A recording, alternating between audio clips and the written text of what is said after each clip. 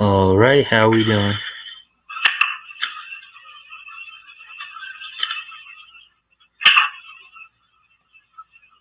All right, how we doing? At least I don't sound too low. All right, how we doing? At least I don't sound too low.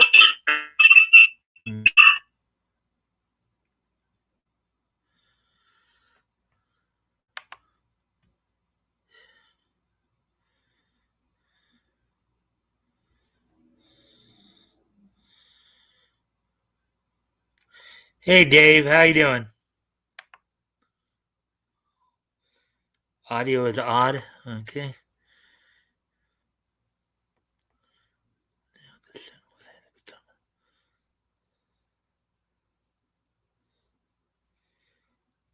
Yeah, I was listening to see how it was sounding, Dave. I was trying to make sure that okay, it's fine. Okay, trying to see if I was like if it was coming in. It did for a second there, but my computer's been okay today, even though my guy wasn't able to show up today. So I gave my computer a little more time off too, so that hopefully helps. But looks like, anyways, it looks like there's two of us here. We're going to wait. So, Dave, how was your day today? Hopefully, you had a good day today.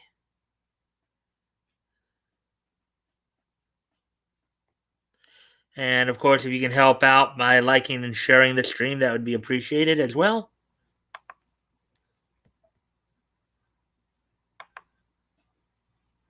Thank you for the like.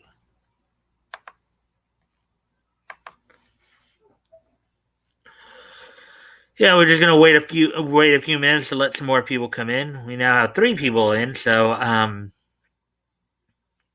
there we go. We have hey Toys, thank you for being here, man. As always, guys, if you can help with the likes and the shares, that would really be appreciated. See if we can get some more friendly people in here.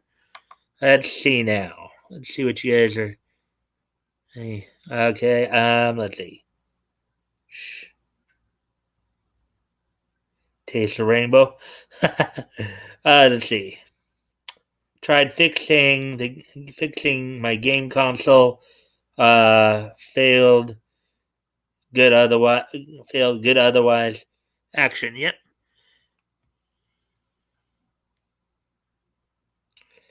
So hopefully.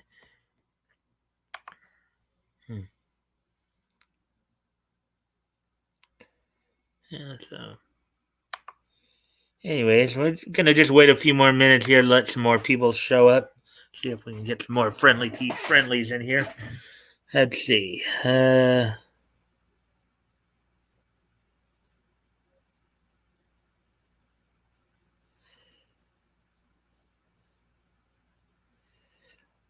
RIP. No problem. Ontario is having a huge rainstorm and work shut down for a. Okay, so it'll be nice to see you in here then. Hey Dave, I need to order a new um, hot end for my 3D printer. I just went through 5 days of rain.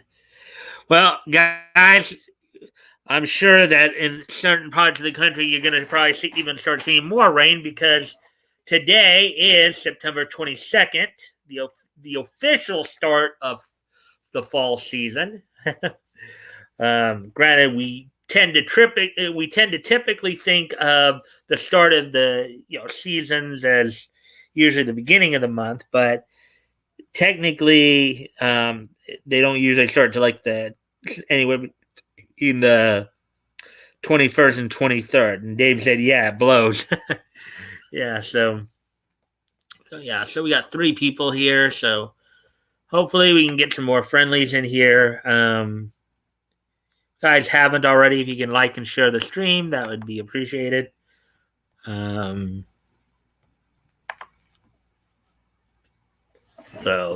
I'll probably let's see, we're at the 5 minute, coming up on 6 minutes here. So I enjoy sleeping in again. Yeah. Well, I'm glad you're here, Toys. You know, we missed you, so.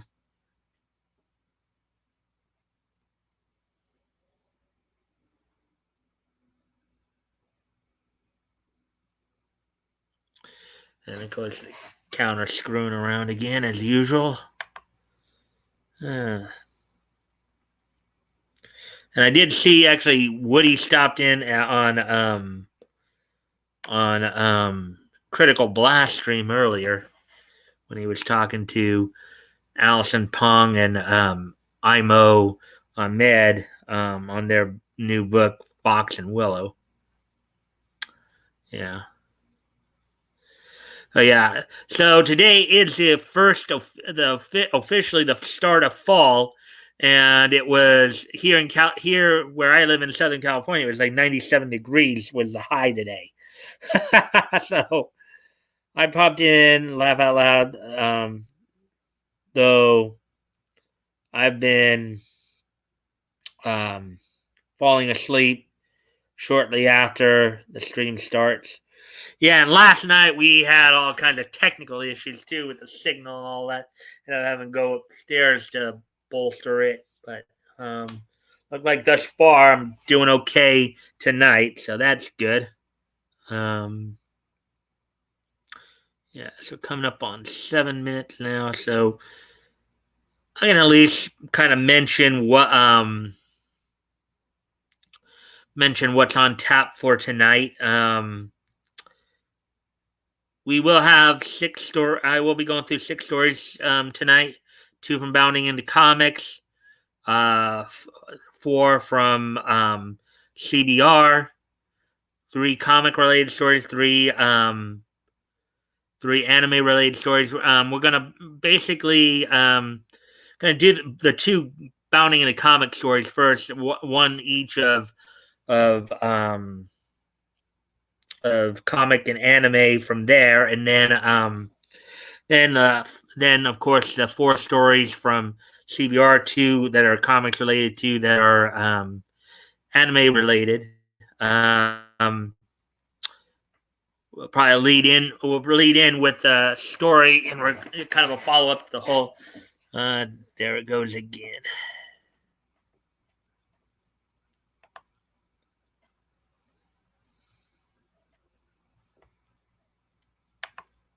Let's see.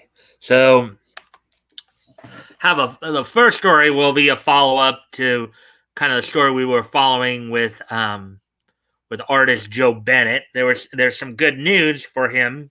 We'll get into that. Also, let's see, what was the anime related story on Bounding into Comics? I kind of remember. Oh, according to the showrunner for the Netflix adaptation of Cowboy Bebop, the live action adaptation will serve as, quote, an expansion to the canon, unquote, of the original anime. Yeah, that's the way they figure. Basically, meaning they're going to add something to it. Is basically add to the canon there.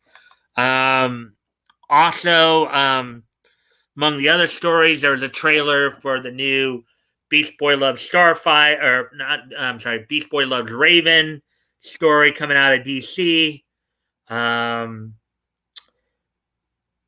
Gunslinger Spawn, continuing our Spawn coverage from last night. Gunslinger Spawn, I guess, hit some credible sales numbers recently. We'll look at that article, and then we'll have a couple of fun anime articles. Not really anything too deep. Just some profile pieces on the longest animes to watch per se, or animes that are too long to watch, as the article states, and also some of the best anime openings. So just give me a sec, guys.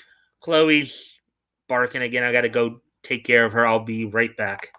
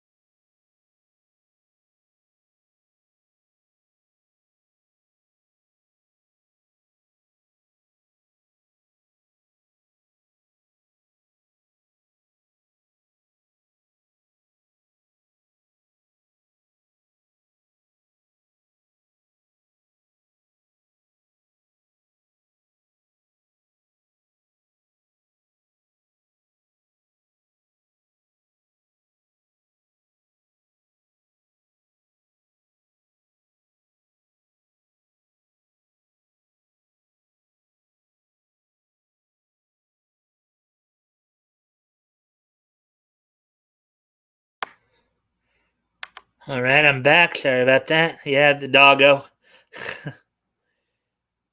Reboot destruction. Silly doggo. Yeah, silly doggo indeed. Um, so, anyways, we are past the 10-minute mark. So, why don't we go ahead and get started with these articles then? So, let me just it's all set up here.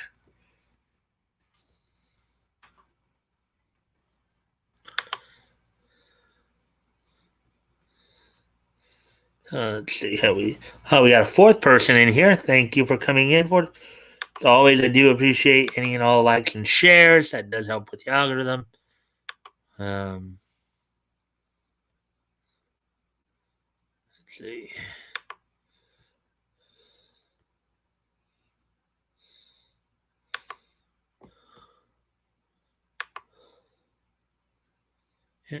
Okay.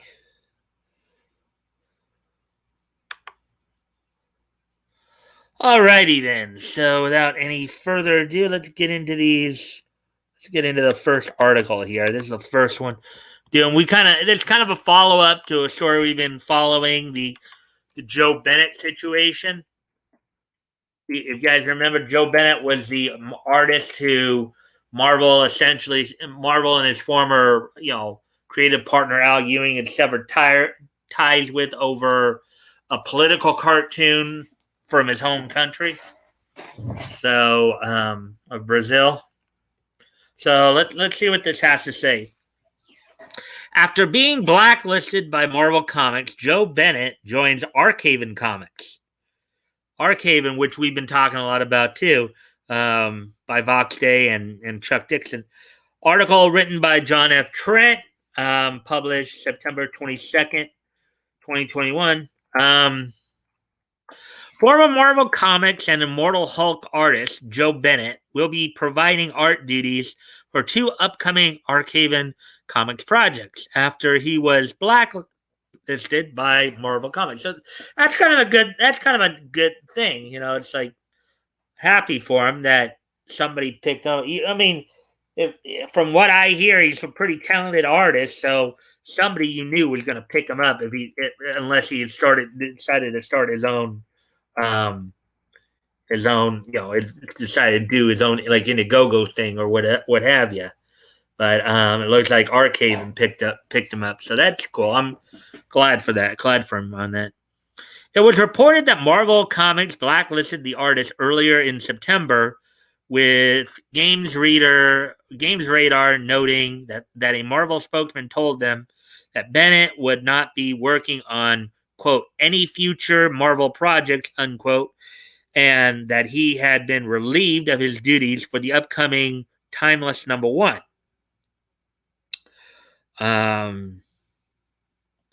Marvel's blacklisting of Bennett came after Immortal Hulk writer Al Ewing announced he would no longer be working with Bennett after a 2017 political cartoon supporting Brazilian politician and current president Jair Bolsonaro, created by Bennett, began making the rounds on social media.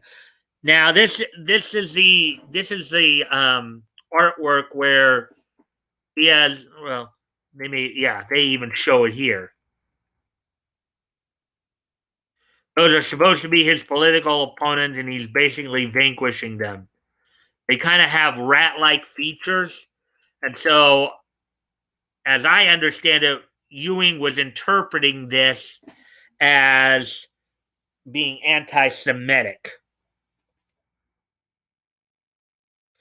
He couldn't take the possibility. He couldn't even think of the possibility that politicians are considered rats, because of their corrupt nature. No, he has to turn it into Al Ewing has to interpret it as being anti-Semitic. So, anyways, going on with the article here. Ewing made his announcement on Twitter where he first described the political cartoon as reprehensible. He wrote, quote, "There's an image doing the rounds that Joe Bennett drew back in 2017. I won't link to it, but I have seen it, and it's reprehensible," unquote. Now, of course, from what I understand, Joe Bennett lives in Brazil. I don't know if he's a Brazilian citizen or what have you, but he lives in Brazil. They may have different views on the matter. You know, they may not be all woke like they are in Hollywood and in mainstream comics, but anyways, after a number of tweets, Ewing declared, quote, "Immortal Hulk is done, but I won't be working with Joe again. If people choose not to pick up my work with other artists in the future on the basis of my handling of this, I understand and accept. If I've lost your trust, that's on me," unquote. Yeah, he's taking the Kelly Sue DeConnick route, and he's probably going to end up regretting it in the end, just as she's doing now.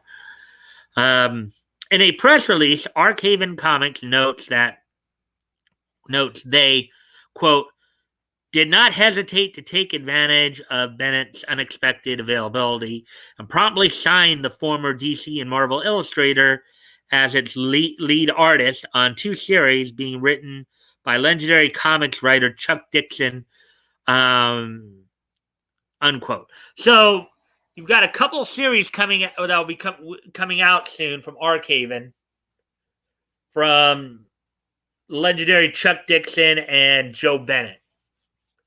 That should be interesting to see. Hopefully, we'll see some of the previews of their work on here. So,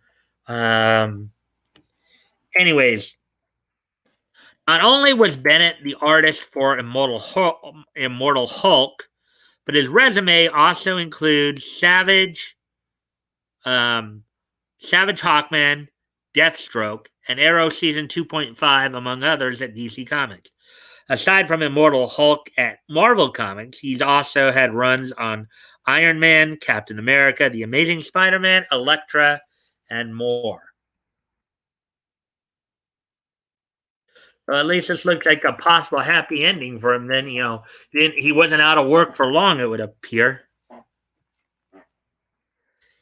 Dixon, who has been subject to a Marvel Comics blacklist since 2002, welcomed Bennett to Archavan Comics, stating, quote, "It's a sign of where the American comic industry is at the moment,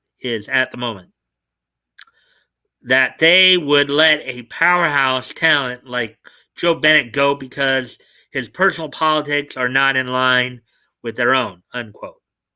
Quote, "I'm looking forward to working with Joe on both of the projects we have in motion at Archavan," unquote, he added.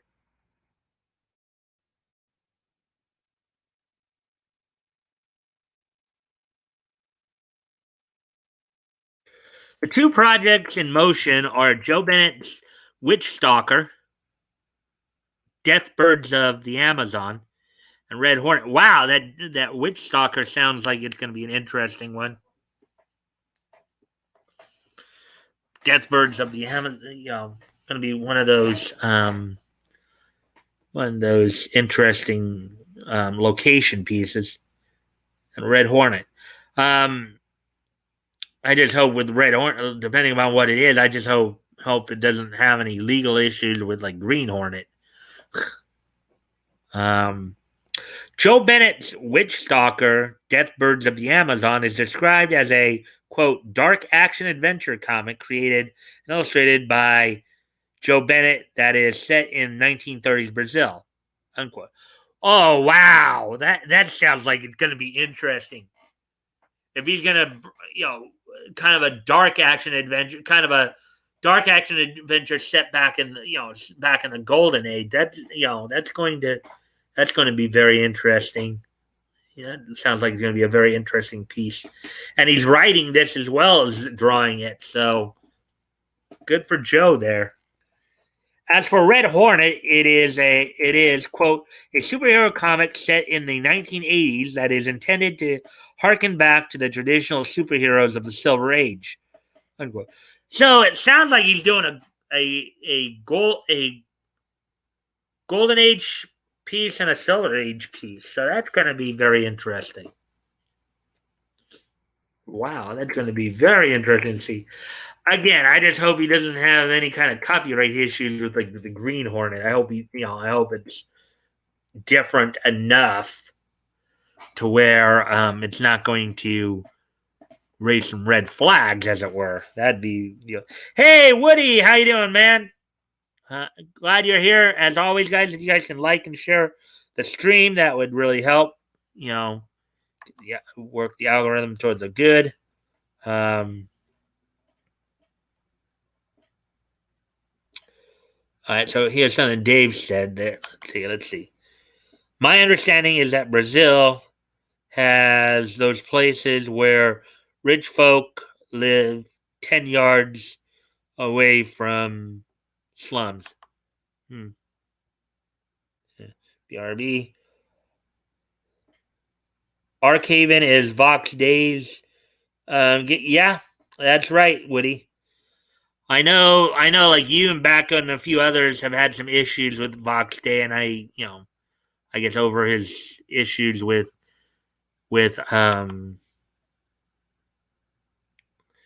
over his issues with Ethan Van Sciver. But you also had the legendary writer Chuck Dixon heavily involved there too.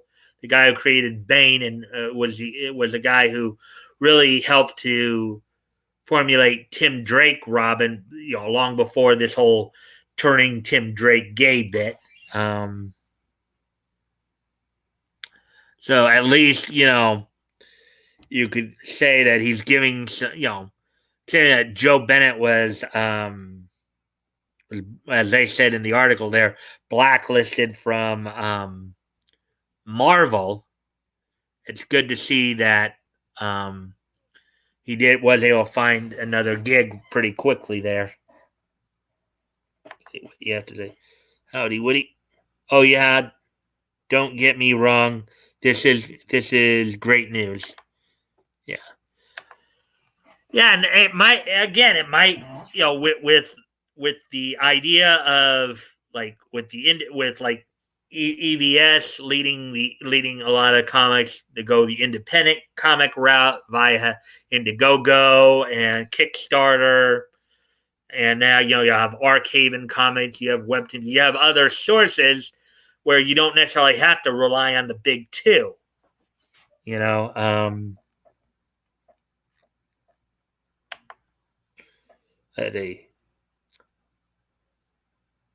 an argument with EVS about the Commonsgate name, just like someone else is now. Dr. Vox did. Yeah. All right. So anyways, let's get back to the article here and focus more on the positive here of Joe Bennett getting work. Both comics will be released in weekly episodes on Archavan Comics' flagship digital comics platform, Arctoons. It was recently announced that Arctoons hit over 2 million page views already. Wow, and it's only been up for a few months here. That's pretty good. Print editions will be published in English by Archavan Comics, while Brazilian comics house Super Prumo will publish them in Portuguese.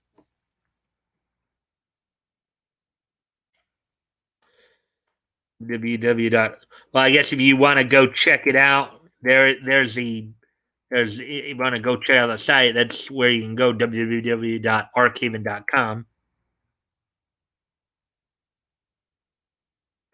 Super Prumo publisher Luciano Cunha expressed his excitement about Dixon and Bennett's upcoming projects, saying, quote, Joe Bennett has been a reference for every Brazilian comic book artist for nearly 3 decades. His classic style that mixes the best of John Buscema and Frank Frazetta is a beacon of light for comics comics art in my country, unquote. The Brazilian guy talking about this. He added, quote, I'm already looking forward to reading his work with Chuck Dixon and to publish it in Brazil. There is no doubt that it will be a breathtaking adventure, unquote.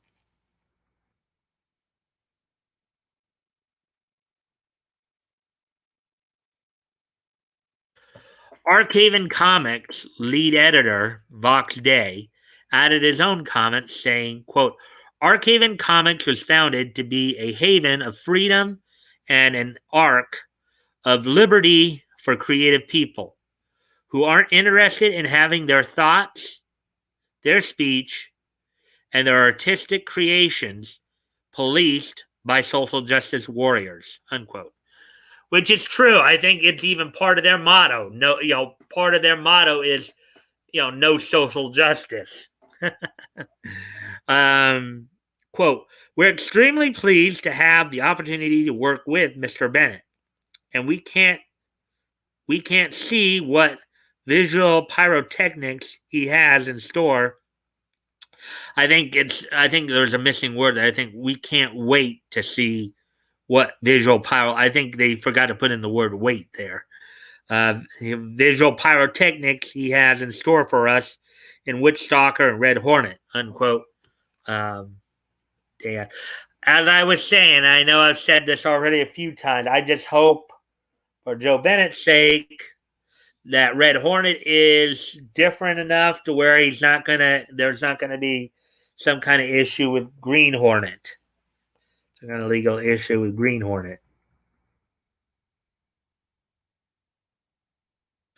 Are you looking forward to checking out Joe Bennett's new Archavan and Super Prumo series?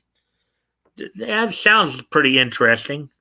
Um, and it's good to see that he got work pretty quickly too. That was the other thing after after Marvel was pulling their baloney. So, anyways, see how we're doing. So, still good so far. Right. So, let's see. We're 29. So, we're coming up on the half hour mark here. So, we'll get into the next article here.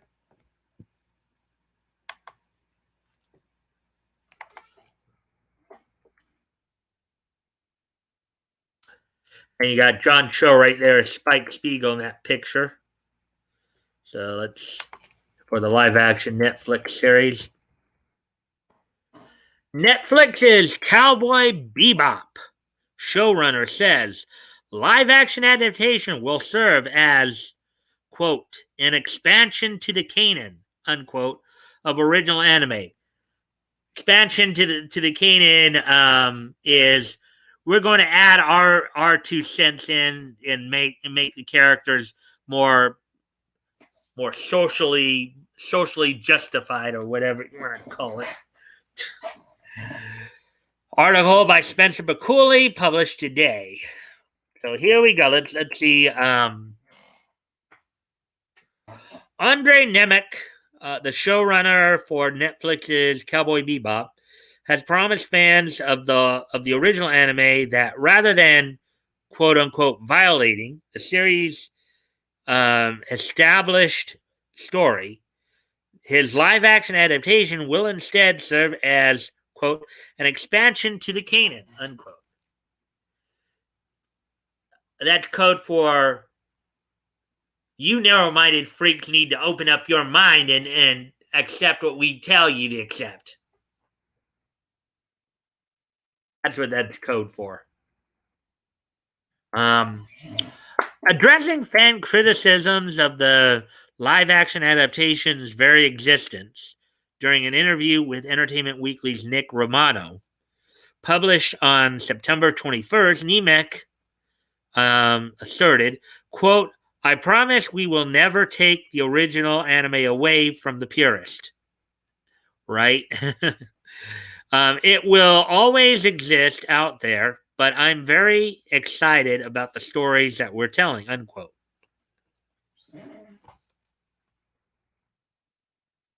Quote, I believe we've done a really nice job of not violating the canon in any direction, but merely offering some extra glimpses into the world that was already created, unquote. He continued, noting that he considers his series to be, quote, an expansion to the canon, unquote, which will, quote, add things, unquote, to the Cowboy Bebop mythos, which, as we have seen, because I think we all remember, I did cover the article about the interview that the original creator of Cowboy Bebop did. He was not too high on the show's premise. I don't think he cared for the expansion to the canon, as it were, quote unquote. Let's see if you guys are saying anything about that yet. Let's see.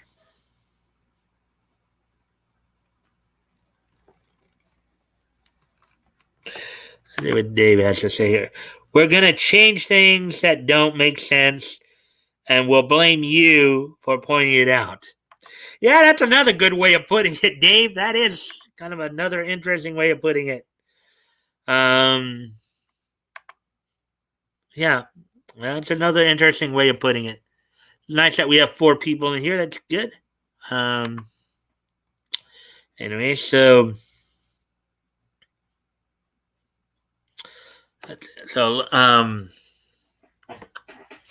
let's continue with the article here. In a further attempt to assuage fan fears, Nemec then turned to speak on how the production team, quote, got under the skin of who the live action characters were going to be, unquote, explaining, quote, I think that the poetic nature of the anime absolutely allowed for us to mine the archetypal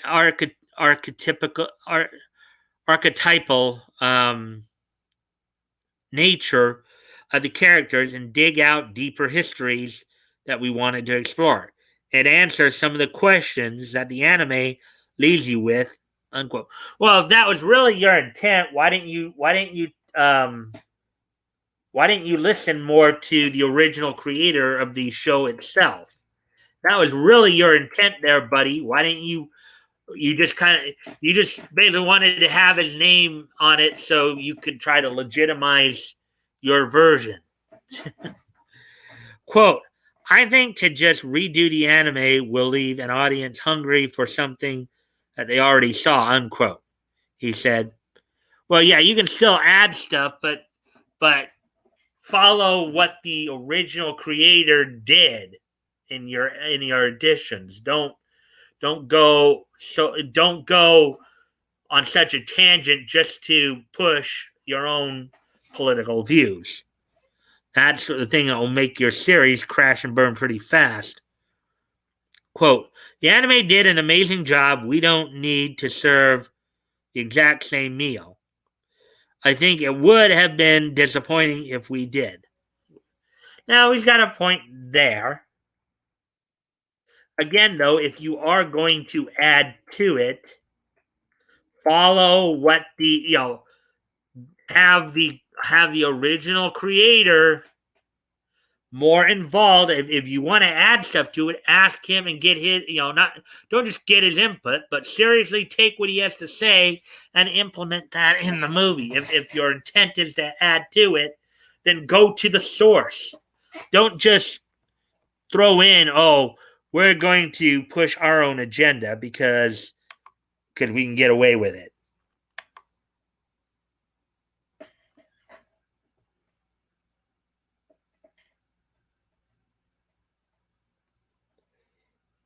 These are snakes that hiss out lies that hiss out lies without thinking. Yep. I remember back in the 80s there was a song called Video Killed the Radio Star. Video killed the radio star. Well, if you listen to Yellow Flash, that song might have a new take today where it would be more like woke idiots kill the anime star. Woke idiots kill the anime star. Woke idiots killed the anime star. Anyways.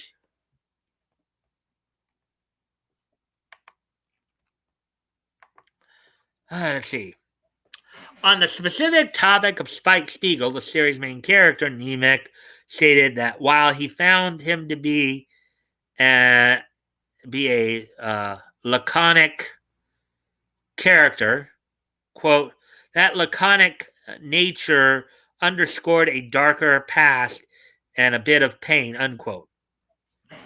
I guess laconic, I've never actually seen the word laconic before, but if I had to guess, it probably means like laid back. I had to go with comprehensive clues and just from what I remember of Spike himself, kind of a bit more laid back kind of personality. Anyways, quote, if you really break it down in the anime, he's a cowboy with a broken heart who really likes to gunsling and pretend nothing's wrong. But there is something wrong, unquote. Well, that's the nature of a lot of westerns, you ding dong. You have a lot of cowboys out there that, some of them do have broken hearts and, but, Nemec added, quote, as much as it was like, in smaller quotes, let's go chase funny for Spike Spiegel one-liners, unsmaller quote, there needs to be a real person underneath it, unquote. Yes, and you can have that. You can do that without going woke. You can do that without going woke. It's kind of funny because I know with series like Naruto, maybe to a lesser degree, like Dragon Ball and One Piece, some of these longer series that do have some of these filler arcs in them that a lot of people complain about. Like, particularly in Naruto, one of the things I liked about the Naruto anime with the filler arcs is you did get a little more character development there. You did get to go a little deeper into the characters a bit without going too off base with it. There were some fun episodes. There were some good episodes in some of those filler arcs, in the Naruto series, where you got to see how Naruto's relationships would build with certain characters. Good, bad, or indifferent. So that's just my take on that kind of stuff. But anyways,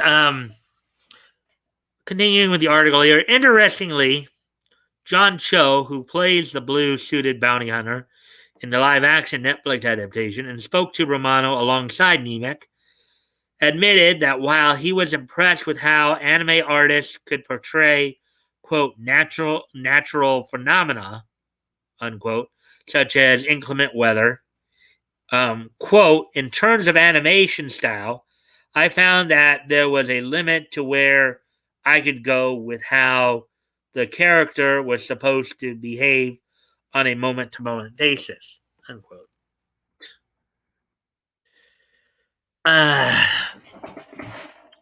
Quote, I had to blend in my own thoughts. Well, there's your first mistake right there. Blending in your own thoughts, especially if those were woke thoughts. And ultimately leaned mostly on our scripts, unquote. Cho told Romano, quote, at some point, you have to play the scenes that are written. You're in a scene. You're in episode 5. And you just have to play the circumstances and the character as you've built it, unquote.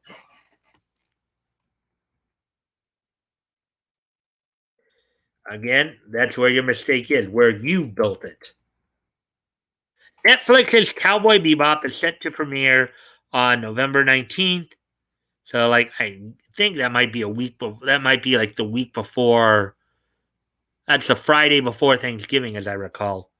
What do you make of Nemec's live action adaptation expanding upon the original series Conan? Let us know your thoughts on so. I think that if he really did want to add to the Conan, he should have followed the original creator's suggestions and not go this woke route. All he did here was he just put his own politics and his own agenda into a classic anime. And people are not going to be happy about that. So that's my take on it. Anyways, let's get ready for of course.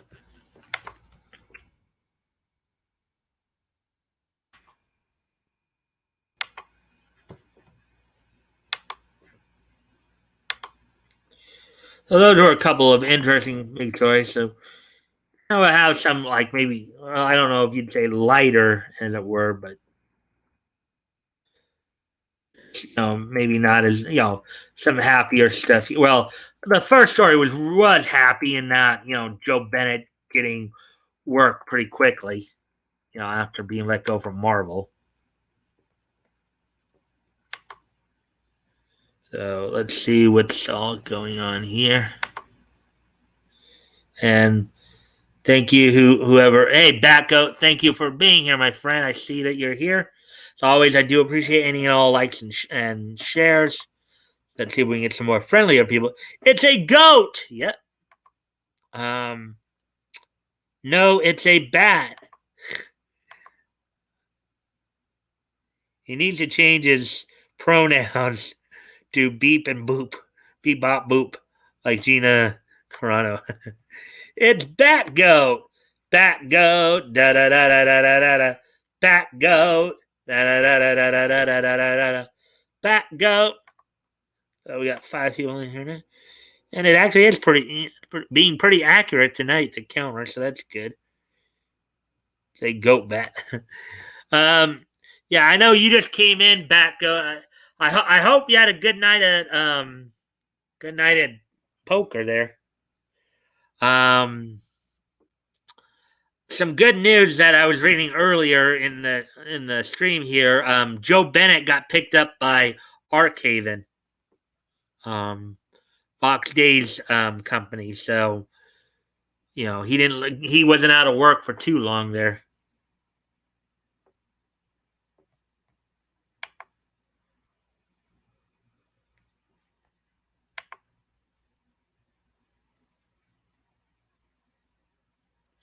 All right.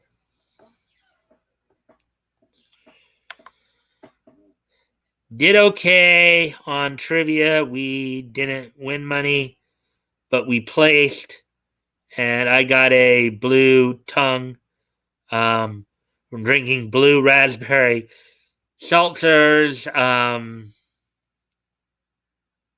My team made fun of me. They said Smurfette is my girlfriend. Well, knowing you, that wouldn't be that. I don't think that'd be an insult. Knowing you and how much you love Smurfs, I'm sure you really would want Smurfette as your girlfriend.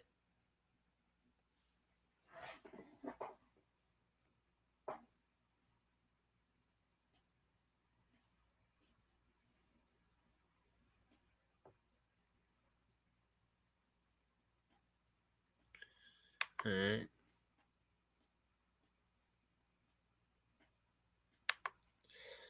All right. So, anyways, and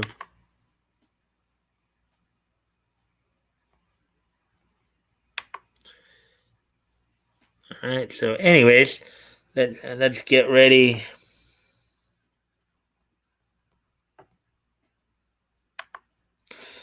Not an insult. No, Smurfette can be my gal any day. Yeah, I figured as much, Batgoat. I figured as much.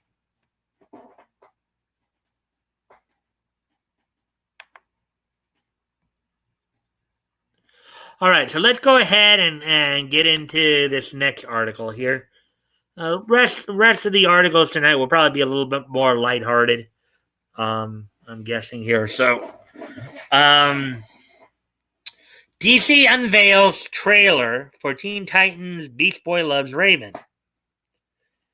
DC drops a fresh teaser for Teen Titans Beast Boy Loves Raven, the latest entry in the young adult series by Kami Garcia and Gabriel Piccolo. Article written by Larry Swanson, and before now it was published. Well, as of now, it's published a day ago, but it was within a few hours when I first chose it. So, anyway, so there's what Beast Boy and Raven look like in the comics now. Far cry from how they were interpreted on the Teen Titans anime series of the 2000s. But anyways, here we go. Teen Titans, the young adult graphic novel series from DC, saw a fresh trailer drop for its upcoming installment, Teen Titans Beast Boy Loves Raven. The quick video flashes Gabriel Piccolo's art within its frames while playing voiceovers of the titular characters Raven Roth and Garfield Logan. The narration sets up the book's plot and key location, Nashville, while having its pair of leads speak for themselves to the audience. The two cross paths on each's way to meet Slade Wilson, striking up a conversation and beginning their romantic journey. And of course, this has been something that's been hinted out, I think, throughout their history together. I think it was even somewhat hinted at in the Teen Titans cartoon series. Maybe got played up a little bit more in Teen Titans Go. I don't know as much there, but quote, I've got 2 days to kill before I meet this guy Slade, unquote, states Garfield Beast Boy Logan in the trailer. Quote, he's got to show me how to control this changing into animals thing, unquote. The calls of bears, monkeys, and big cats populate the soundtrack, alluding to his lycanthropic tendencies. Raven picks up the story, revealing, quote, my demon father is trapped in my necklace. I'm in Nashville to find out how to get rid of him, unquote. Taken in by a priest to be hidden from Trigun, her father, Raven was raised in foster care where she was exposed to voodoo. With the spiritual help of her past relatives, she managed to imprison Trigun in an amulet. Now, of course, that's not exactly the Conan I know. The Conan I know is that she was raised by the monks of Azeroth, and therefore she did have some dark sorcery abilities. Her mission to find Slade Wilson seeks to bring closure to the past she shares with her father, yet a romance with Garfield Logan appears to be looming just as heavily for her. Written by New York Times bestselling author Kami Garcia, Beautiful Creatures, and drawn by artist Gabriel Piccolo, the graphic novel was previously announced in August 2020. It will be the third installment of DC's line of Teen Titans graphic novels, which first began in Teen Titans Raven, followed by Teen Titans Beast Boy. Also written by Garcia and Piccolo. Written by Garcia with artwork by Piccolo, Teen Titans Beast Boy Loves Raven is currently available for pre-order. It hit shelves on September 20th. So, kind of a sweeter story there, nice little romance there to get away from some of the more nastier stuff.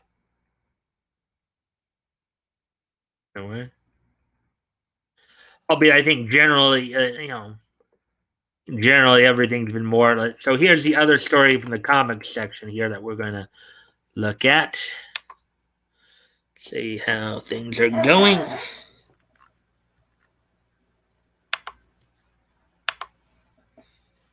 But she's the size of a shoe. Okay. Idea of a Teen Titans comic. Beast Boy gets falsely accused of dirty things, and Raven believes it like an idiot.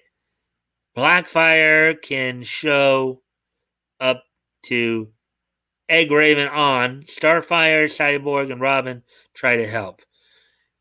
It sounds like an SJW comic.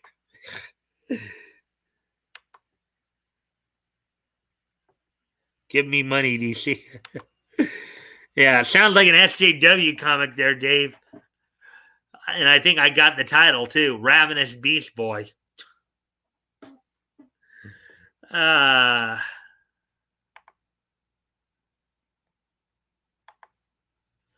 right, so moving on to the next story here. Exclusive Gunslinger Spawn sales mark the biggest superhero launch in 25 years. Image Comics Gunslinger Spawn #1 from McFarlane, Booth, and Moore sells a whopping 385,000 units ahead of its release date in October. So in advanced sales, they made they made quite a bit of money already. Now, of course, we had a few Spawn stories yesterday as well. Article by John Arvidon, published 8 hours ago. October's Gunslinger Spawn #1 from Todd McFarlane, Alice Cott, Kevin Keane, Brett Booth, and Philip Tan is already a massive hit for Image Comics and Todd McFarlane Productions. CBR can exclusively reveal that Gunslinger Spawn #1's first printing has sold 385,000 copies, making it the biggest launch for a new ongoing superhero title in 25 years. This eclipses 2015's Spider-Gwen #1 from Marvel, which sold an impressive 300,000 copies. So right out of the gate, they're already surpassed. I mean, based on how they're saying that, I think just out of the gate, they're already selling more than what I guess that title they just mentioned, Spider-Gwen, did for, I guess, its entire initial run. So, oh yeah. So this news follows Spawn's Universe #1 becoming Image's top-selling comic in 2 decades in June, when it sold over 200,000 units. King Spawn #1 subsequently went on to sell 520,000 units for first and second printing combined.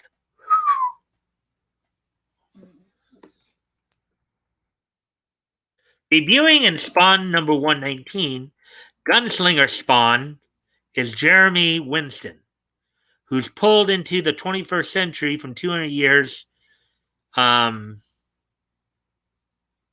the past to confront new threats as he searches for a way home. Quote, Gunslinger Spawn returns with a vengeance, and he will make Spawn look like a Boy Scout, unquote, McFarlane said when the title was announced. Quote, finally, fans will get a glimpse into his history as we dig deeper into his past and explore his future, unquote. Now, it sounds like McFarlane's got a pretty good idea here as to how to add to the canon. Unlike that clown we read about earlier from Netflix. Right? Not like this guy's got his hand on the pulse of how to add to Conan. Quote, it was a story that expanded on some of the ideas that had already been there, which is that there have been spawns throughout time in our history and will continue to be in our future, while pulling back and showing some of the visuals and the stories of some of the characters.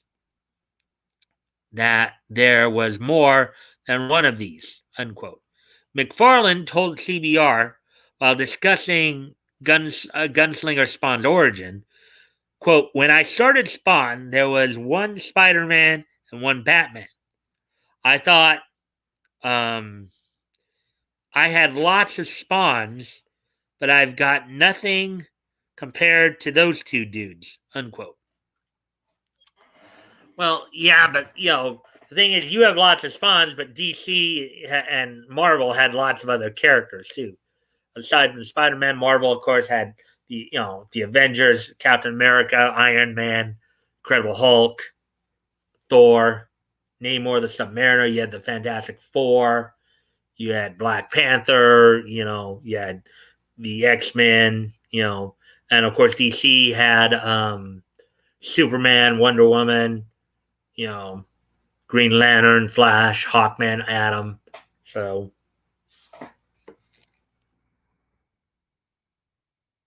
quote, to me, he's like a 20 something Clint Eastwood, but we've seen those types of characters before in a handful of movies with different actors. That rugged, super serious cowboy, um, Western character that goes about their business and rarely, if ever, smiles.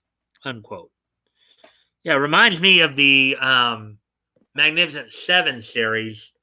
I think the one that came out in the 90s, I believe it was, where Michael Biehn played the lead character there.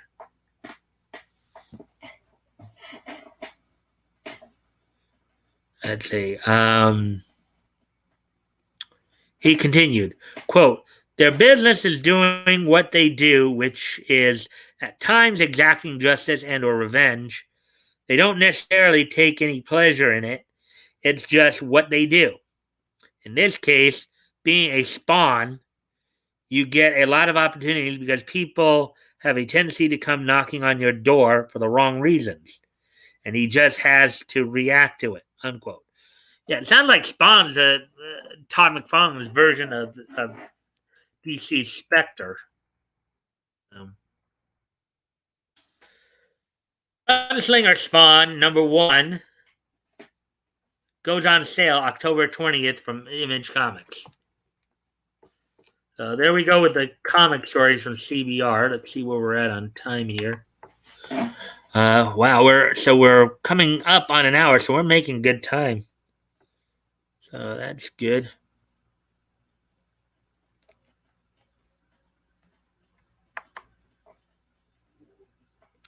My Swatch watch broke tonight. Bummer.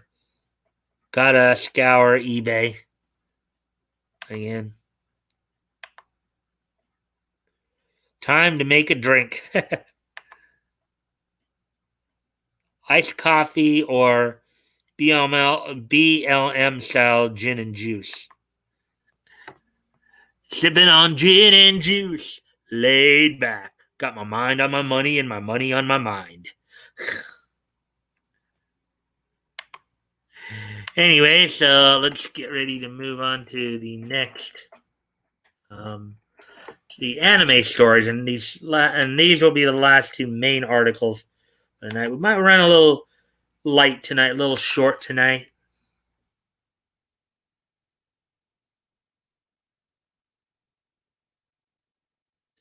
A couple of interesting profile pieces here, and I saw that I wanted,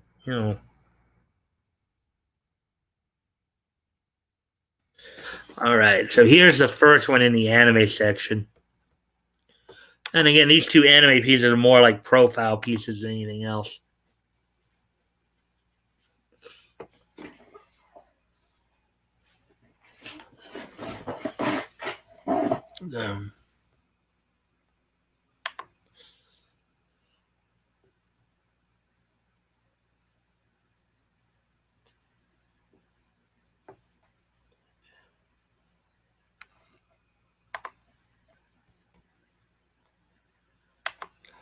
Oh snap! Mike is rolling in the 6-4. Yep. I guess so. Anyways, let's get to this next article. 5 anime too long to actually watch. Sometimes even the best shows get overlong, whether due to filler or repetitive stories, and titles such as One Piece would take months to complete. Article by Lara Adams, published 16 hours ago. So they got in the picture here, of course, they got Inuyasha, they got, there's Conan, right? It's front and center there. I recognize the guys on the right there, on my right.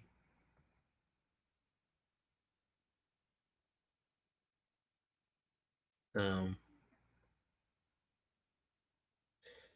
okay, so, anyways, there's an art to writing a long story. With length comes content, and with content comes more and more elements that could possibly spin out of control. It's up to the creator to know precisely how to handle each element and weave them into the story for a satisfactory conclusion. Add themes, motifs, and relationships, and the stories can become huge juggling acts that only the very skilled can handle. However, there comes a point where a story simply becomes too long for anybody. With anime, this can be at 100 or 1,000 episodes. And I know of at least a couple hundred episode animes that I like. Well, there are a few of them. I mean, Yu Yu Hakusho, Full Metal Alchemist, Inuyasha. Those are all 100 plus episodes right there. Currently watching One Piece, of course. Pokemon, even though, Pokemon was broken down into different seasons too. So, anyways, depending on how the story has been handled thus far, as seen titles such as One Piece or Yu-Gi-Oh. Yeah, Yu-Gi-Oh is another series like that. The series below are engaging and enjoyable, yet make it on this list based solely on their, in smaller quotes, recommendation factor. At the length they are now, completed or not, would the anime make a decent recommendation to someone searching for something to watch? While it can be easy to forget just how long a show is if you've been keeping up with it for years, it's something else entirely to be told to watch something upward of 300 episodes. Like Naruto is another one in that regard. Naruto Shippuden. Therefore, here are 5 anime that are just too long to watch. The Gray Man. Yeah, this is an interesting one.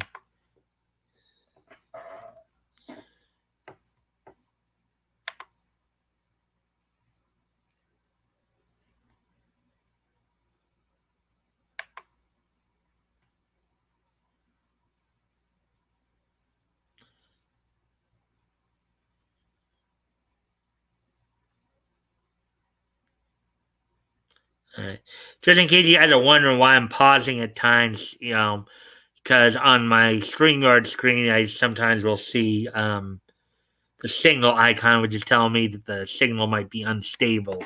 I'm just seeing if it fixes itself, and it's been fixing itself, so that's been good to see.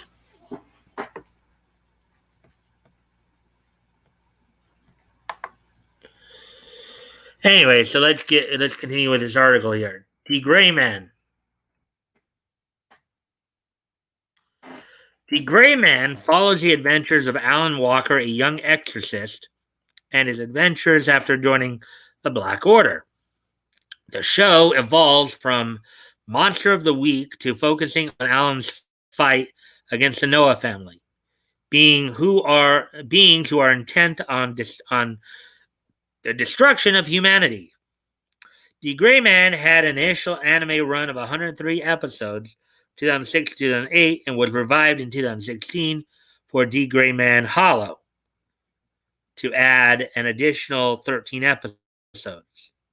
However, the production was plagued with problems. Katsura Hoshino, the manga author, had to suspend writing several times for health reasons, even going on indefinite hiatus in 2013. So the original anime ended up including a lot of filler when content wasn't published.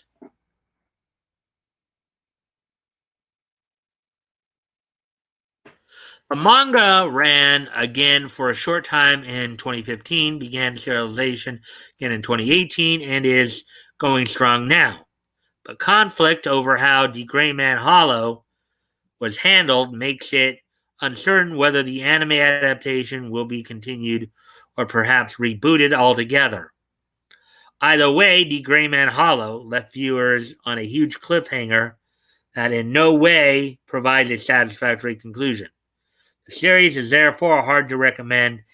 Enjoyable as it is, it's just too long to not even get an ending. Detective Conan. Now, this one's been going on since. Now, think about this. Think about this one. Detective Conan, right? We know it here in the States, we know it as Case Closed. Okay. Now, granted, they stopped dubbing it at the I think the 130th episode because it just wasn't picking up apparently. But in Japan, this thing's still going on. Okay, Detective Conan, the anime, started back in 1996. It's been running for like the last 25 years. Okay. The only show I know of that's been going longer is The Simpsons. It actually, yeah, I think The Simpsons has been going on for longer than that, continuously. Detective Conan, which we know here in the States is Case Closed, is still going on in Japan as far as I know. Let me see if you guys are saying in regard to that.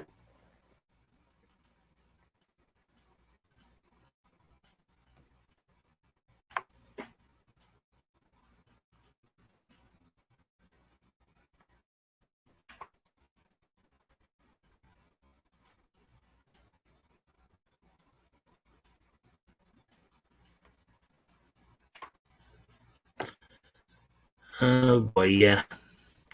So I thought.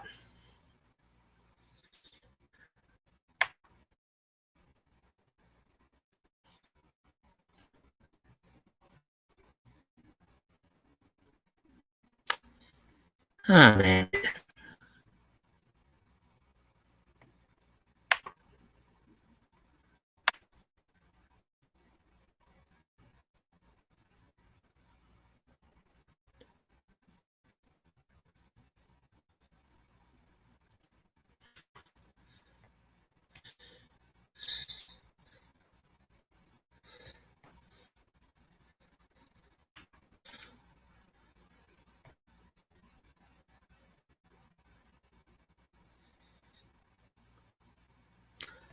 I'm trying to see.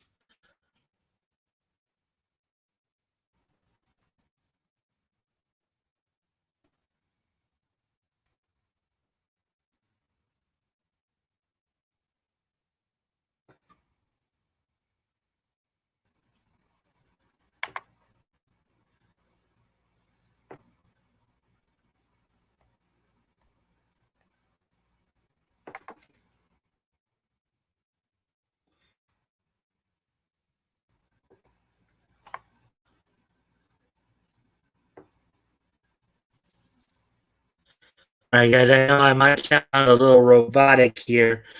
I'm going to try something here to see if If this doesn't, hopefully this will help if I help a bit here.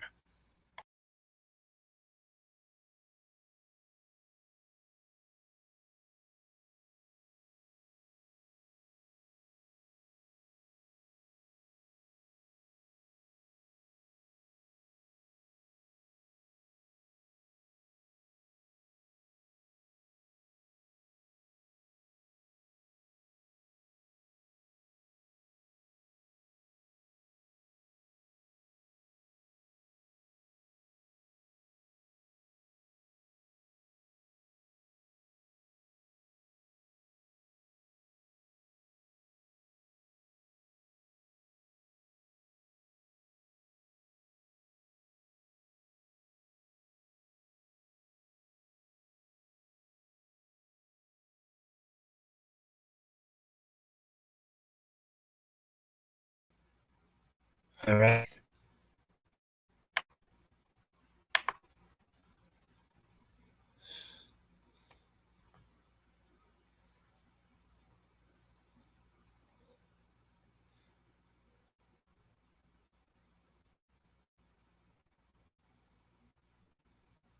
Great, this connection is going unstable again.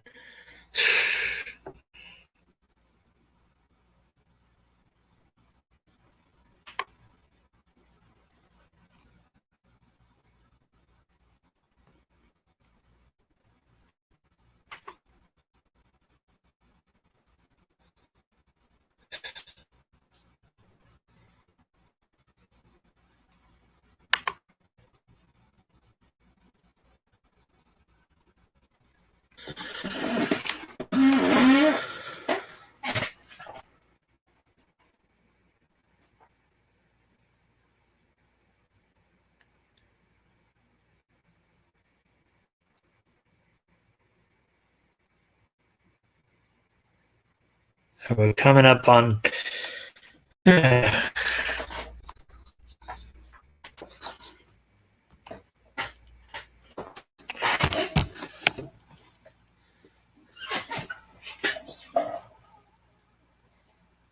Still a bit robotic. Let me try one more time here to see if I'm gonna just.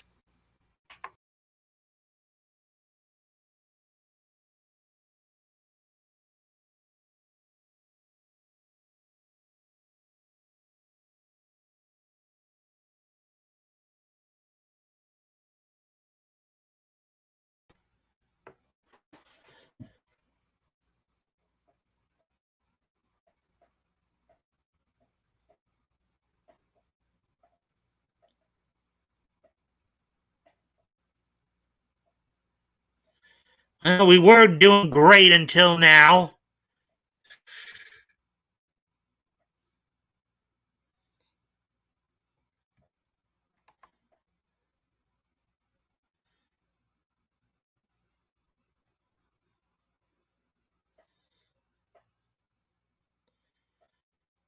All right, guys, I'm gonna try one more thing here. Hopefully, I may have to try to move upstairs. But at least keep me updated from your end on what you're seeing here. But I'm gonna try something. So I may be gone for a quick sec here.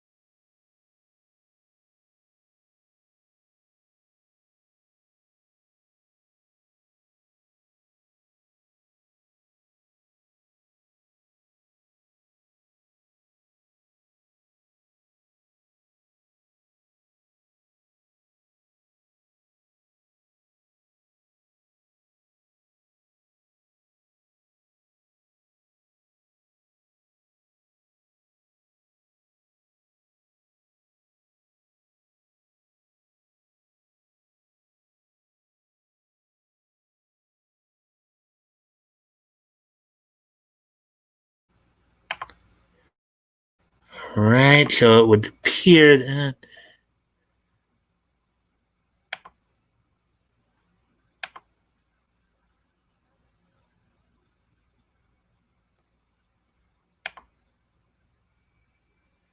All right, I'm gonna try. Let's see now.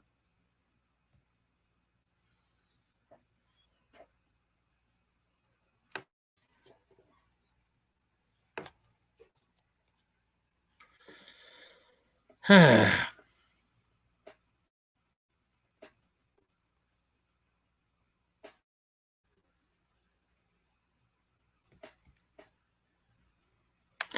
how am I coming through, guys? At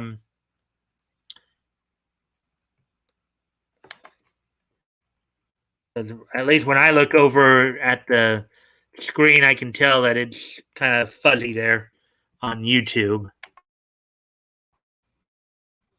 So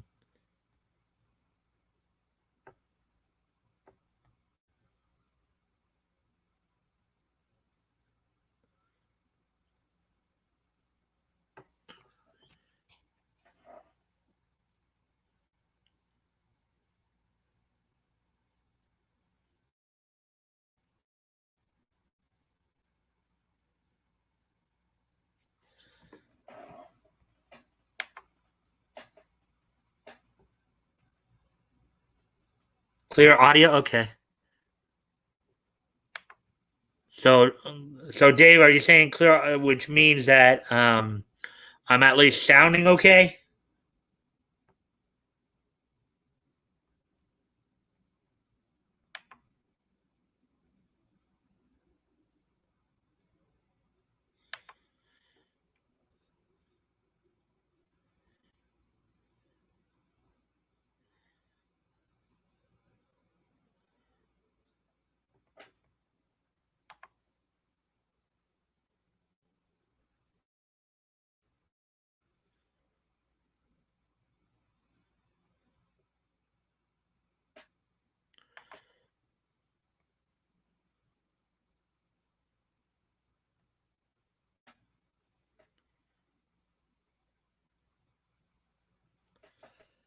The signal seems to be okay enough. Hopefully, sounds good. Okay.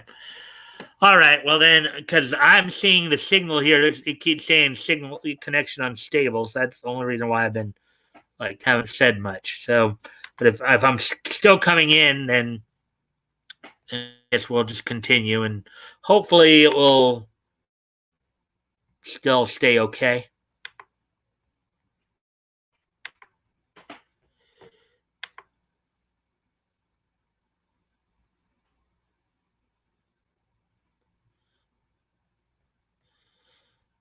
I just shared the screen and it got better. Man, that's kind of ironic.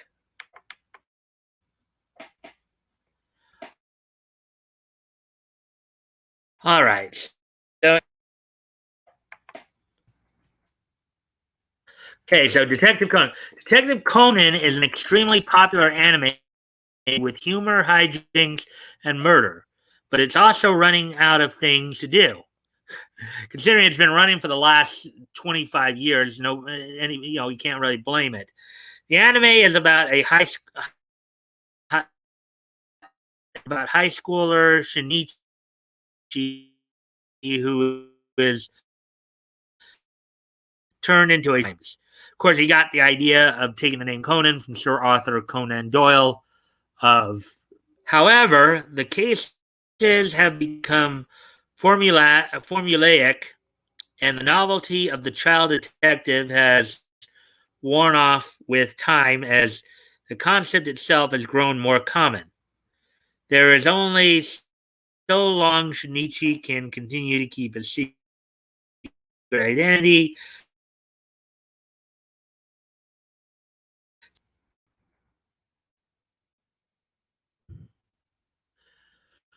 The manga has had 99 volumes published since 1994, and the anime, which began in 1996, will close this 2021 season with 1,020 episodes. However, there There are currently only 11 manga chapters left to be animated. An increasing number of anime episodes over the past few seasons have been anime originals. Detective Conan simply doesn't have material left to adapt. The show was once great, seems to be heading down a path of filler and contrivances, making it not worth the recommendation. Yeah, I think that may have been part of the problem with why it didn't last long. Why the dub didn't last as long, because it's just so long. So hopefully I'm still coming in all right, guys.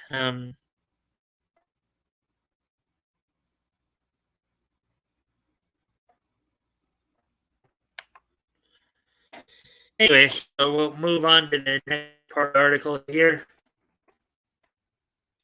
Inuyasha.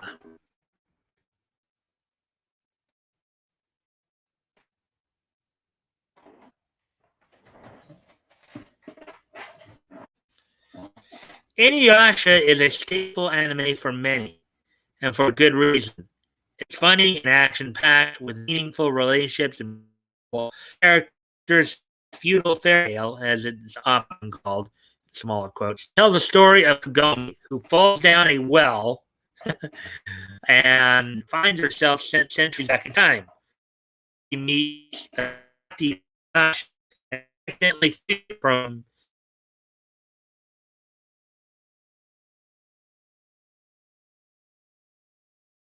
and demons.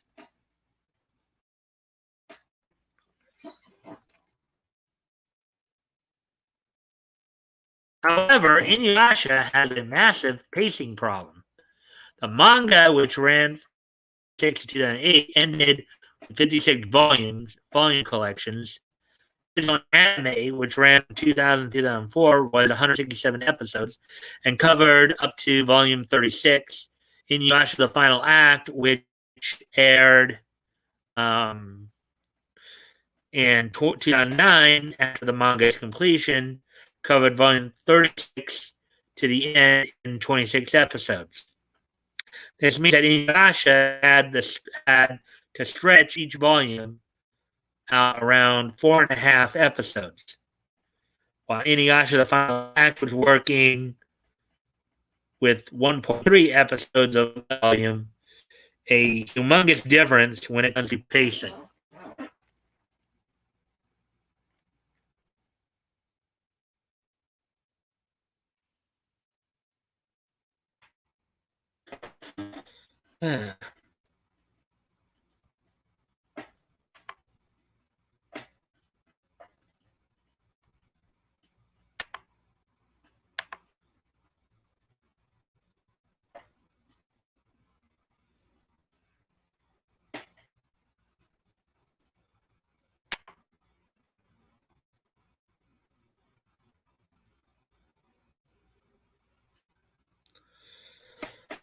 All right, so let's get the rest. Okay, so while some accuse the final act of rushing things, the original anime created a lot of filler material and changed the order of events from the manga to suit this, even when it was at detriment of characters and relationships. There are potentially episodes and even entire arcs that could be cut from Inuyasha and still leave a shorter, more polished show to enjoy. As it is, amount of filler and love triangle drama can make the original series a bit tedious at times, to the point that it feels even longer than it actually is.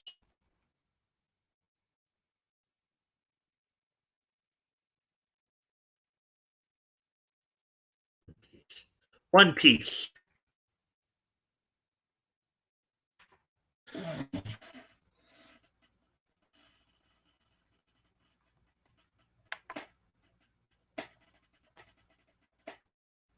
All is well that ends in the well. Okay, that's a good one, Woody.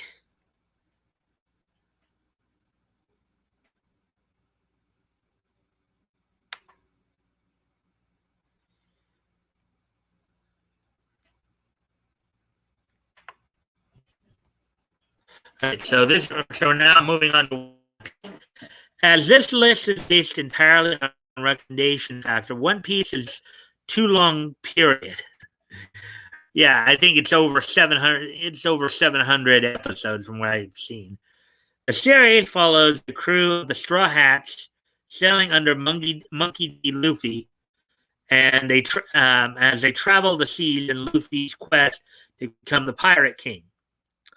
The One Piece manga has been running since 1997, with 1,008 chapters compiled into 99 volumes at the time of this writing. The anime series began in 1999 and will finish season 20 in October 2021 with 995.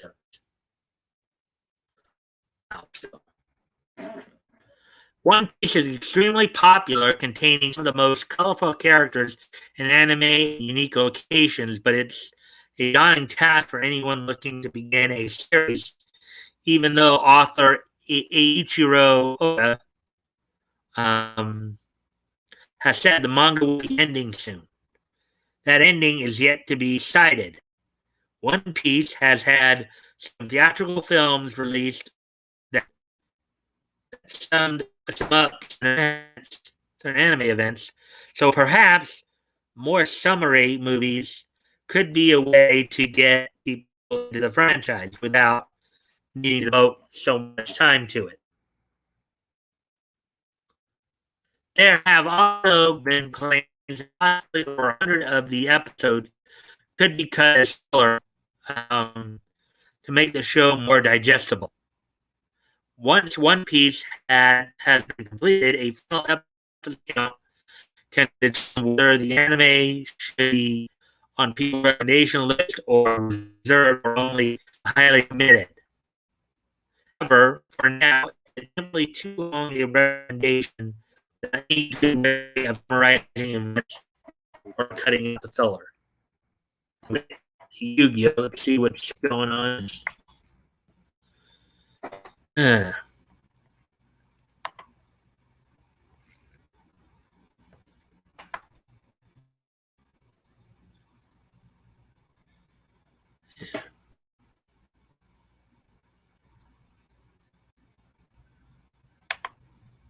right, I'm going to try to refresh again, see if that helps with the connection a little bit here.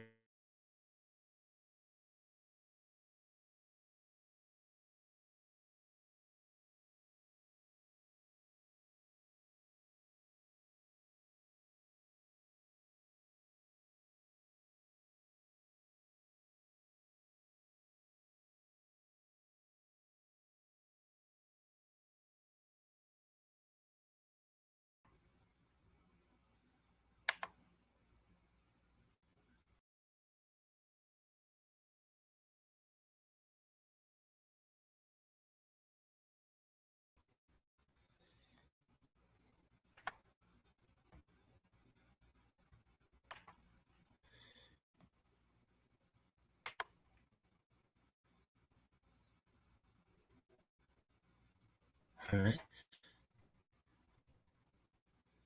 And the connection's still unstable.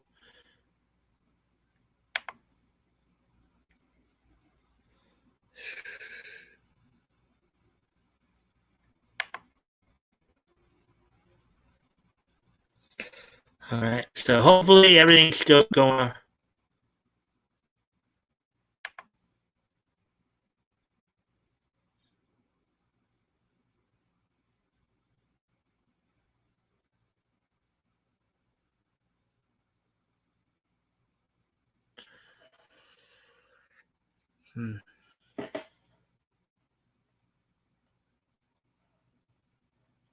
Alrighty then. Anyways.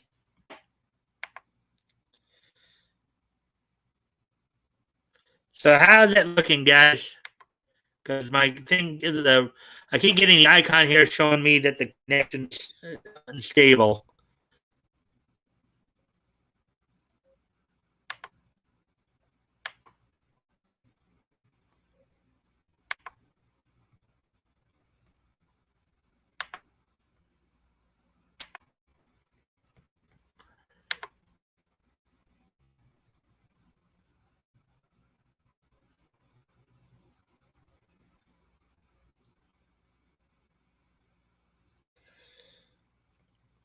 but at least the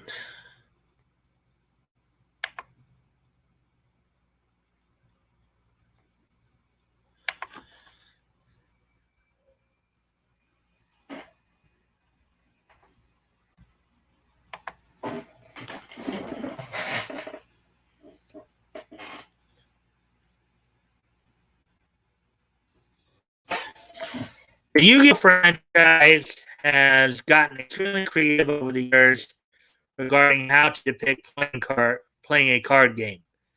But things have gotten out of hand. Perhaps it was when they needed to avoid playing cards on moving motorcycles to make things more exciting. That, or perhaps Yu-Gi-Oh has always been beloved because it's so ridiculous.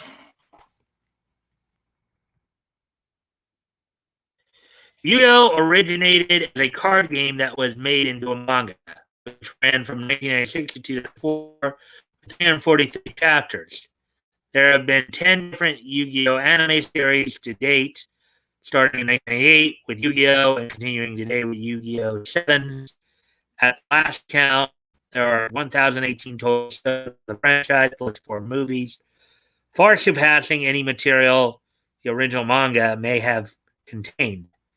Anime has become too repetitive and resorts to the strangest of tactics to try to remain relevant as it continues to grow longer without any end in sight. Keep reading. Okay, so done with the article.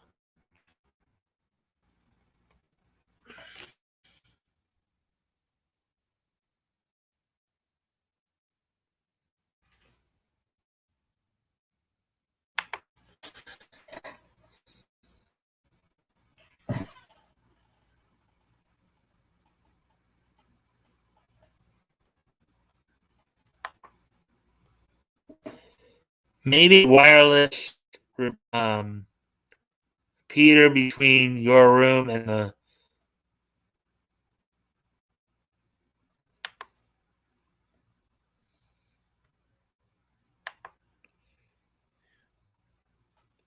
Well, let me try something here. See if this. I'm going to try one more time to reboot the connection here. Well, here, before I do that, let me just unshare this.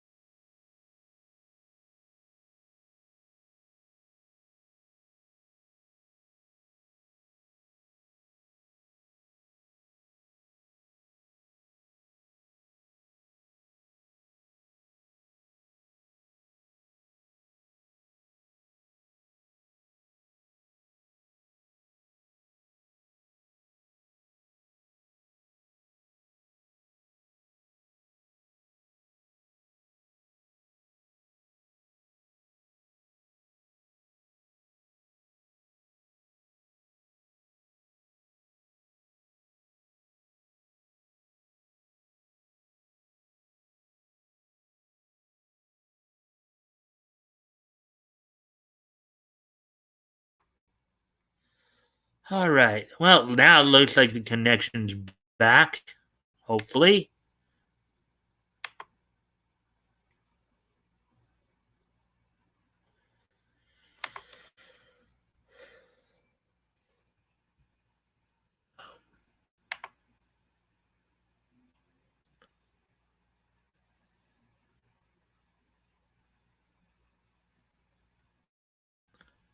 Yeah. So Nick's gonna be on tonight. And it's going back to unstable again. Blast it. All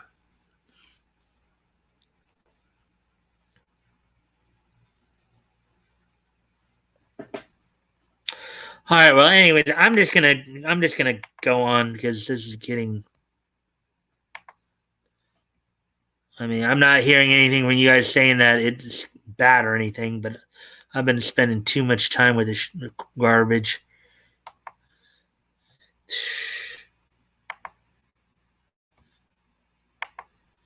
So it was fine.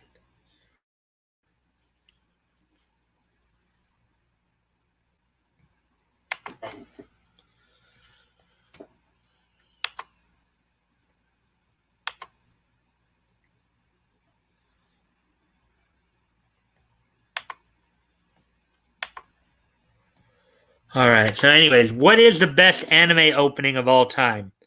With numerous great animes openings each year, picking the best of all time is tough. From Bebop to Ava, these five are certainly in contention. Article by Ruben Barron, published 15 hours ago.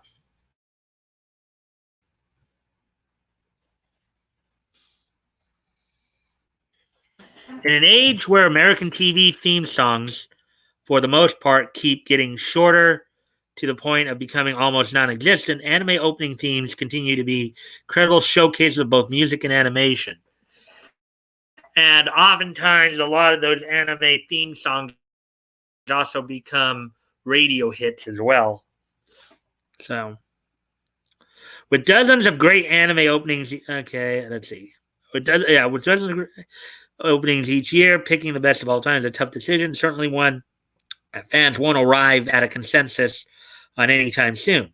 The following five anime openings, from Cowboy Bebop to Pokemon, however, should certainly be in contention in this debate.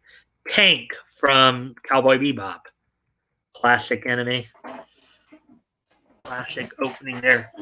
When discussing the best anime openings with American fans, the Cowboy Bebop opening theme, Tank, is one of the most popular choices for good reason. The jazz stylings of Yoko Kanno and the seatbelts are a huge part of Bebop's overall appeal.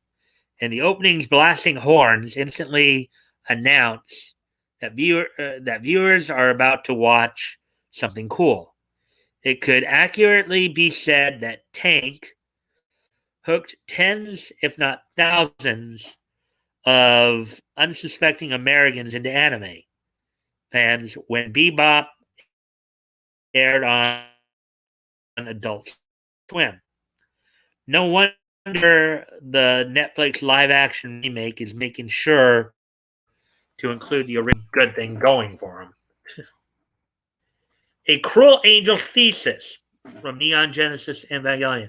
Oh, this is a good one too. Very haunting vocals on it. Great as it is, Cowboy Bebop's opening is relatively uncharacteristic of most anime openings. It perhaps makes more sense to pick something that plays more to the medium's general strengths. A Cruel Angel's Thesis from Genesis Evangelion is exemplary of one of the most popular pop song that nonetheless makes a perfect accompaniment to a dark, often depressing story. The mysterious flashing images and text that accompany the opening to reference when meme makers want to make an quote unquote anime opening for anything.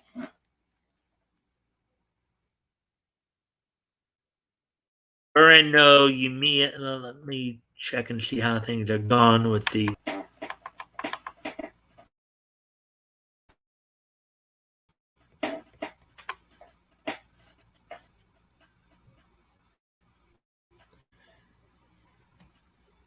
Oh,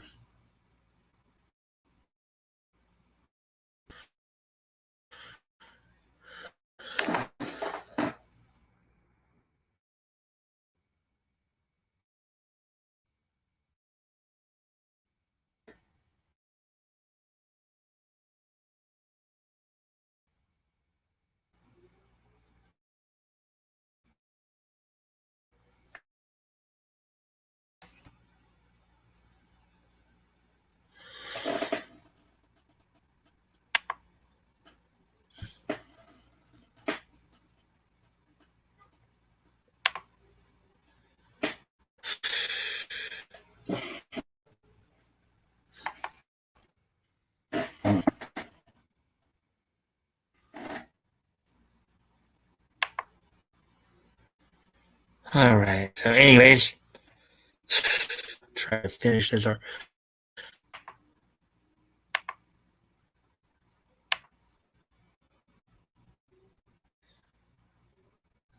how am I doing, guys?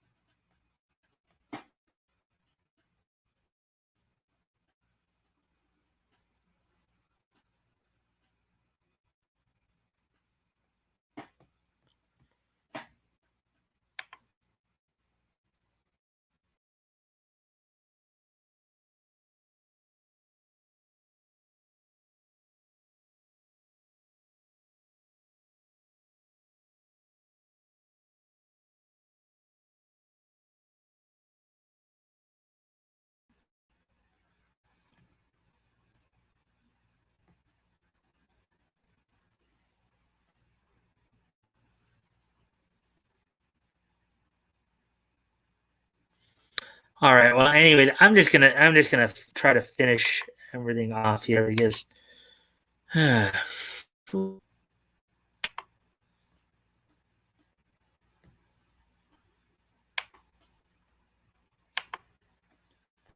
right. Well, anyways, Gurren no Yumiya from Attack on Titan. Gurren no Yumiya, the first opening in Attack on Titan, is an opening that might just be better than the show that follows it. There's a lot one can say about Attack on Titan's controversial story, but even the series' harshest critics have to admit Gurren no Yumiya is a banger. Link Horizon's symphonic metal instantly gets the blood pumping, while the visuals showcase Wit Studios' animation at its best and establish the atmosphere of simultaneous terror and excitement, like, quote, a cruel angel's thesis, unquote. This opening became subject to many a remix. The music could make just about anything more thrilling. Dream Island, Obsessional Park, Paranoia Agent.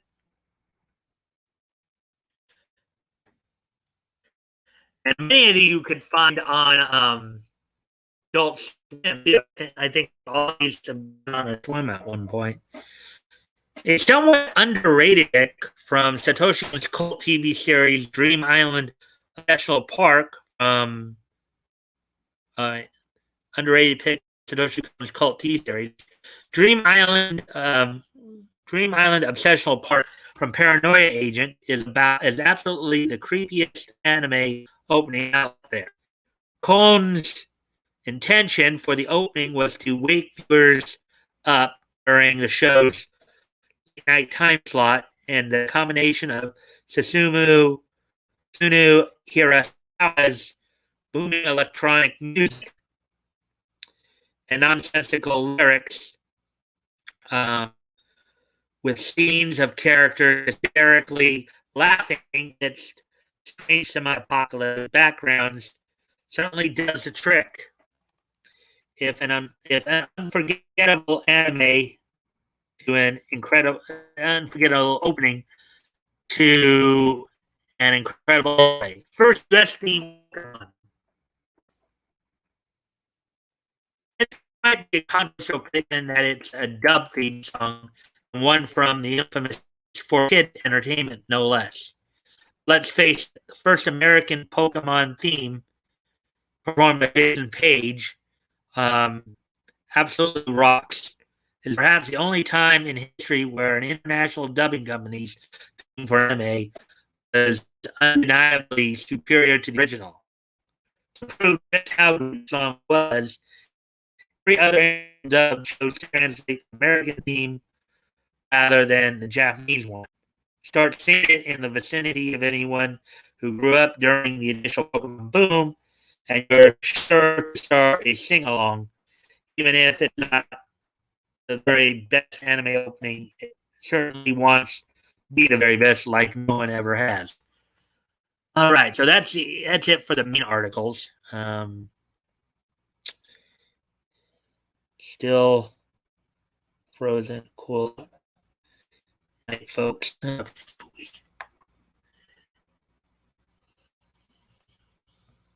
Yeah.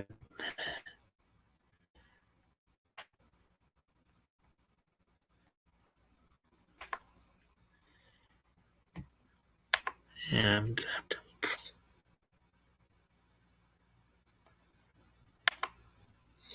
I've heard people forming a little tinfoil hat sort of thing and using that as a parabolic dish on my angle.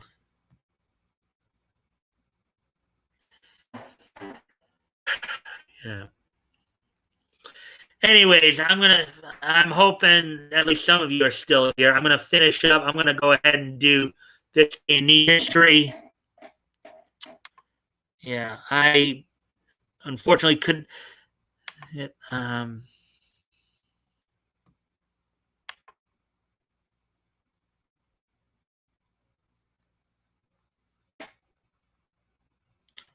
So today being, of course, Wednesday, September.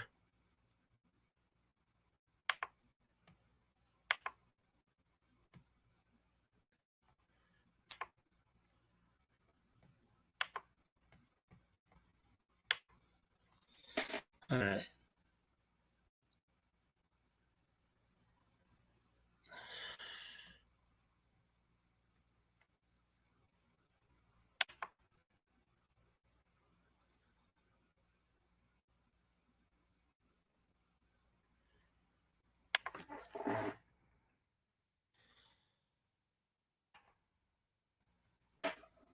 All right. So, anyways, I'm gonna go ahead and finish up today being Nietzsche. Wednesday, September 22nd, Nietzsche. Okay. So today being Wednesday, September 22nd, look back on this day in Nietzsche history. Oops.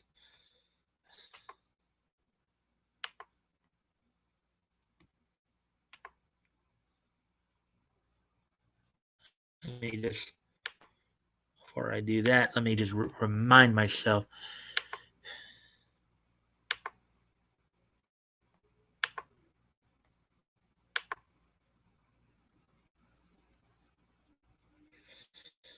All right, so that's 2016. 2001, 1986. All right. So without no further ado, let's get started. Sorry about that, guys. Just had to double check some things.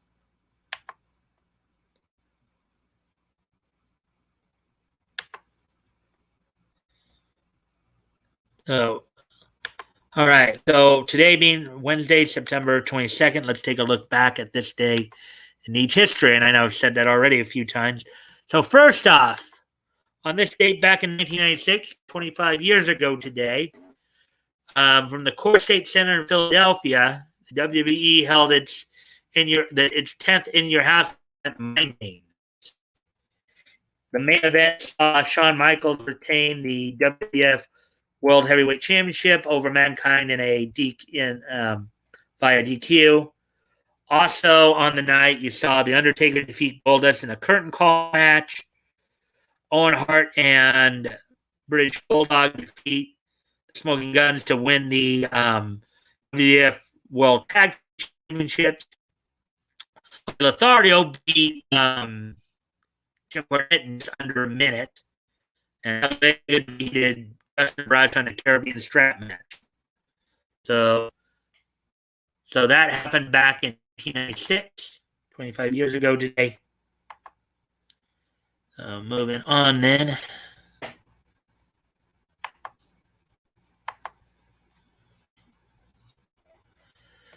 To the next piece in each history.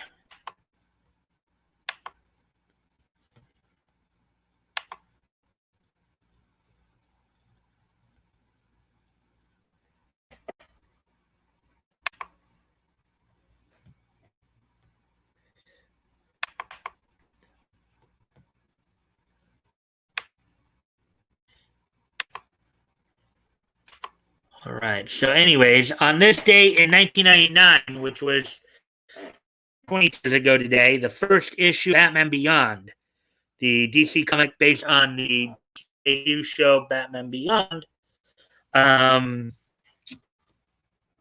on sale on this date back in 1999. The story was Grounded, written by Hilary J. Bader, penciled by Greg Russo. Rob Lee did the inking. Timothy Harkins did the lettering, and Lee Luffridge did the coloring. So on this date, 8 years ago, 1999, Batman Beyond #1, DC Comics went on sale. So.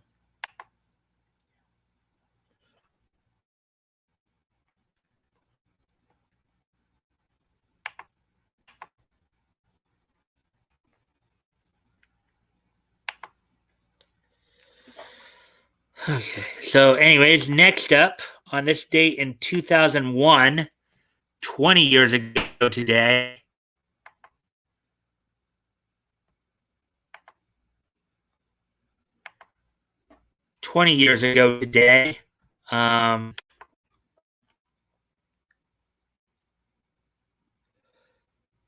the Canadian animated series What's with Andy made its U.S. premiere on Fox Family Channel. On this date in 2001, 20 years ago today, the Canadian animated series What's with Andy, based on the Just book series by Andy Griffiths, went on, made its U.S. premiere on Fox Family Channel.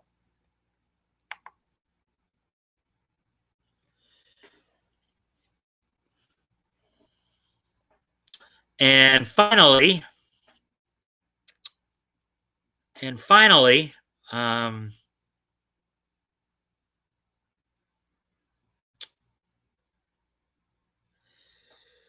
let me see. And finally,